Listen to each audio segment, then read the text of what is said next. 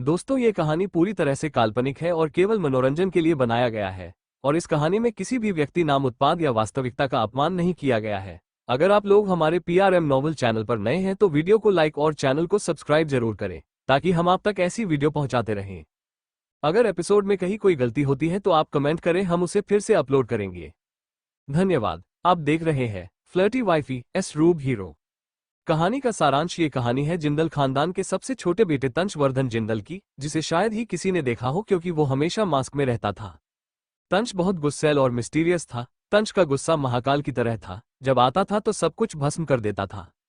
दुनिया में इकलौती अमायरा थी जो तंच को झुकाने की ताकत रखती थी।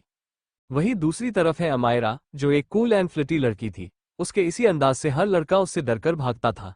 पर अभी अमायरा तलाश कर रही है अपने 4 बच्चों के लिए एक हैंडसम और अमीर नैनी डैडी, जो न सिर्फ उसके बच्चों का ध्यान रखे बल्कि अमायरा उसे ताड़ भी सके। उसके 4 बच्चे जो 1 साल के हैं, पर वो चारों कहाँ से आए किसी को इस बारे में नहीं पता। क्या कहानी है तंच और अमायरा की? जानने के लिए पढ़िए फ्लर्टी वाइफीज रूड हीरो, सिर्फ हमारे यूट्यूब चैनल पर।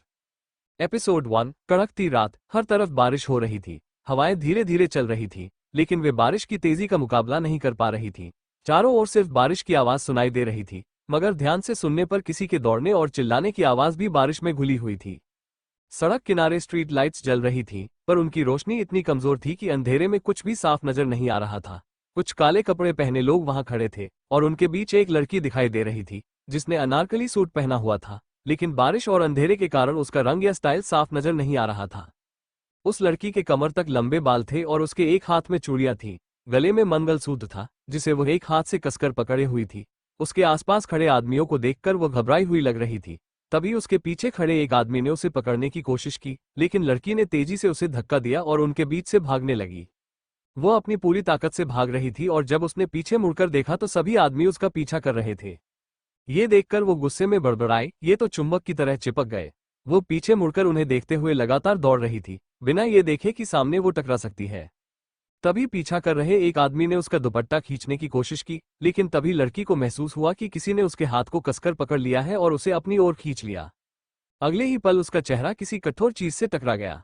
एक आह की आवाज के साथ उस लड़की ने अपनी नाक को रगड़ा और सामने देखा। अचानक ही वो मंत्रमुग्ध हो गई, क्योंकि वो किसी और से नहीं बल्कि एक हैंडसम लड़के से टकराई थी। उसका चेहरा अंधेरे में साफ नहीं दिख रहा था, लेकिन उसकी पर्सनैलिटी और उसकी दबंग पर्सनैलिटी बताने के लिए काफी थी कि वो कोई आम इंसान नहीं था। जैसे ही उस लड़के ने सामने देखा, पीछा कर रहे लोग डरकर एक कदम पीछे हट गए। उस लड़के ने लड़की पर अपनी पकड़ कस ली और उसे अपने पीछे करते हुए सामने खड़े आदमियों को जानलेवा नजरों से घूरने लगा। उनमें से एक आदमी गुस्से में चिल्लाया, उस लड़की को हमारे हवाले कर दो, नहीं तो जान से जाओगे। ये सुनकर उस लड़के के होठों पर शैतानी भरी मुस्कुराहट आ गई। उसने अपनी गर्दन को हल्का सा टेढ़ा किया और गर्दन पर हाथ फेरते हुए साइकोस्टिक अंदाज में बोला, ओ। भले ही उसने सिर्फ एक शब्द बोला था, लेकिन उसकी आवाज इतनी गहरी और आकर्षक थी कि उस लड़की का दिल जोर जोर से धड़कने लगा। वो घबराकर उसके शर्ट को पकड़ लेती है और उसे देखने की कोशिश करती है, मगर देख नहीं पाती। उधर सामने खड़े आदमियों को गुस्सा आ गया। एक आदमी ने अपने साथियों से कहा, मार डालो इन दोनों को। फिर वे सभी उस लड़के की तरफ लड़ने के लिए दौड़ पड़े, मगर उस लड़के ने बिना वक्त गवाए अपनी गन निकाली और उन सबको शूट कर दिया। ये सब काफी जल्दी हुआ था।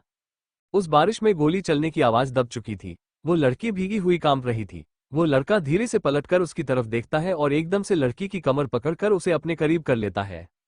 वो लड़की हैरानी से अपनी नजर उठाकर देखती है, तुम कौन हो? थैंक यू मुझे बचाने के लिए। इतना कहकर खुद को छुड़ाने की कोशिश करती है, मगर वो लड़का उसे पर अपनी पकड़ और भी ज्यादा कर देता है। उस लड़के के होठों की मुस्कुराहट उसे शैतान बना रही थी। वो लड़का उस लड़की से काफी लंबा था। अंधेरा होने के कारण उसकी उम्र का अंदाजा नहीं लगाया जा सकता था। वो नीचे झुका और उस लड़की के कान में सर्द आवाज में बोला, सिर्फ थैंक यू, पर मुझे प्रैक्टिकली थैंक यू ज्यादा पसंद है। वो लड़की हैरान हो गई। वो कुछ समझती उससे पहले ही वो लड़का झुककर उसके लिप्स पर किस कर लेता है। उस लड़की के तो होश उड़ गए थे। उसके दिमाग ने काम करना बंद कर दिया था। उसका दिल तेजी से धड़कने लगा। उसका खून मानो उल्टी दिशा में बहने लगा था। उसे समझ नहीं आ रहा था उसके साथ क्या हो रहा है। धीरे धीरे बारिश के साथ साथ आसपास धुआं फैलने लगा और सारे नज़ारे धुंधले होते नजर आ रहे थे। अचानक बादल तेजी से गरजा। उसके साथ ही एक लड़की एक झटके से उठकर बैठ जाती है। उसके माथे से पसीना निकल रहा था और वह हाफ रही थी। उसका दिल जोर से धड़क रहा था। वह जल्दी से अपने पसीने को पोंछकर आसपास देखती है, मगर उसे केवल आसपास सफेद दीवारें नजर आ रही थीं। वह लड़की अपने सर को पकड़कर खुद से बड़बड़ाई, मेरे सर में इतना दर्द क्यों हो रहा है। और वह लड़का, उसने फिर से मुझे किस किया। इतना कहकर बस सर पकड़ लेती है और दूसरे हाथ से अपने होठों को टच कर देती है। ठीक उसी वक्त दूसरी लड़की जो काफी ज्यादा परेशान लग रही थी, वह पहली लड़की की बात सुनकर गुस्से में बोली, पागल लड़की, क्या करूं मैं तुम्हारे इस सपने का जहां पर कोई तुम्हें किस करता है। पर उस लड़के का इस दुनिया में कोई नामोनिशान नहीं है। इस सपने से ही तुम्हारी बेशर्मी का पता चलता है। दिन भर तुम लड़कों को तरती रहती हो, उन्हें मारती रहती हो और अब तो उन्हें किस करने के भी सपने देखती हो। अमायरा, तुम्हारा मैं क्या करूं। बेड पर लेटी लड़की का नाम अमायरा था। वह बहुत खूबसूरत थी, उसके बाल कमर तक थे। भले ही वह दुबली पतली थी, मगर बहुत अट्रैक्टिव थी। उसने हॉस्पिटल की ड्रेस पहनी थी, जिसका साफ मतलब था वह हॉस्पिटल में थी। अमायरा मुंह बनाकर अपने माथे को रगड़कर बोली, मेरा मजाक उड़ाना बंद करो। मैंने सच में फिर से उस लड़के के बारे में सपना देखा जो मुझे किस करके हर बार भाग जाता है। पर एक दिन मैं उसे जरूर ढूंढूंगी, वह जरूर हैंडसम होगा और अमीर भी। इतना कहते ही उसकी आंखों में एक चमक आ गई थी।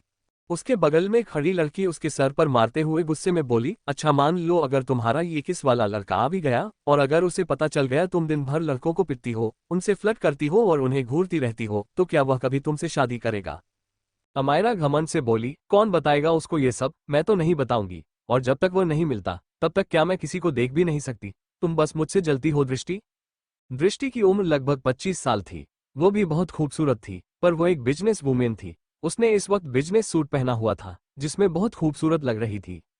दृष्टि अपने माथे को मसल कर बोली, तुम्हारा कुछ नहीं हो सकता, पता नहीं तुम्हारे बच्चों का क्या होगा। क्या तुम्हारे सपनों का राजकुमार तुम्हारे बच्चे को एक्सेप्ट करेगा।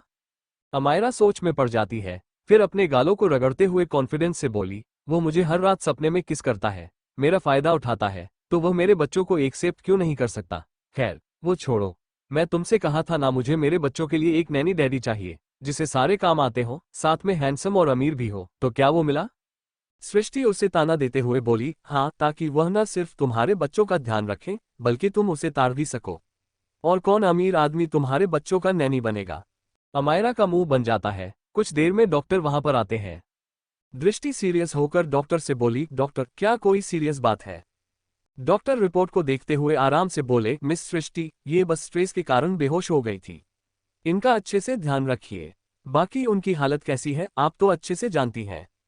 सृष्टि अपने सर को हिला देती है।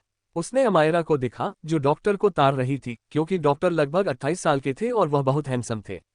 डॉक्टर अनकंफर्टेबल होकर अपने गले को साफ करते हैं तो सृष्टि अमायरा के कान को पकड़कर गुस्से में बोली, तार चुकी हो, अगर अपनी आंखें सेक ली हो तो घर चले।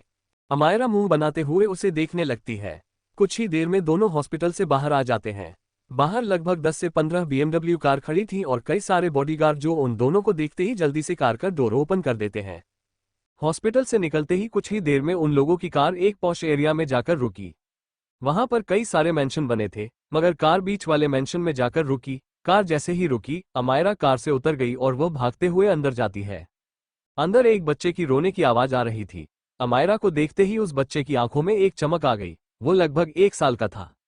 वह एकदम से चुप होकर अपने हाथ में पकड़े मग को फेंकते हुए अपने हाथ को ऊपर करके जोर से चिल्लाया, मम। वहीं दूसरी तरफ एक अंधेरे रूम में एक आदमी को जंजीर से बांधकर रखा गया था। उसके पूरे शरीर से खून बह रहा था। उसके सामने एक परछाई खड़ी थी, जिसके हाथ में एक गन थी। उस परछाई ने अपनी गन को लोड करते हुए उस जंजीर में बंधे आदमी को देखा। तो वो जंजीर में बंधा आदमी हंसते हुए बोला, तुम उसे कभी नहीं ढूंढ पाओगे, कभी नहीं, वो तुम्हें कभी नहीं मिलेगी। इतना कहकर वो हंसने लगता है। तो वो परछाई अपने होठों के बीच दबी सिगरेट को निकालकर ठंडे भाव से उस जंजीर में बंधे आदमी को देखता है। तभी रूम में केवल गोली चलने की आवाज सुनाई देती है। फिर वो परछाई की शैतानी आवाज गूंज उठी, मैं तुम्हें ढूंढ लूंगा।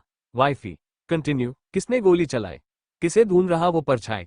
अमायरा और सृष्टि का क्या रिश्ता है और कहाँ है तंच, जानने के लिए बने रहे। इसको समझने के लिए आपको ये स्टोरी पूरा सुनना पड़ेगा।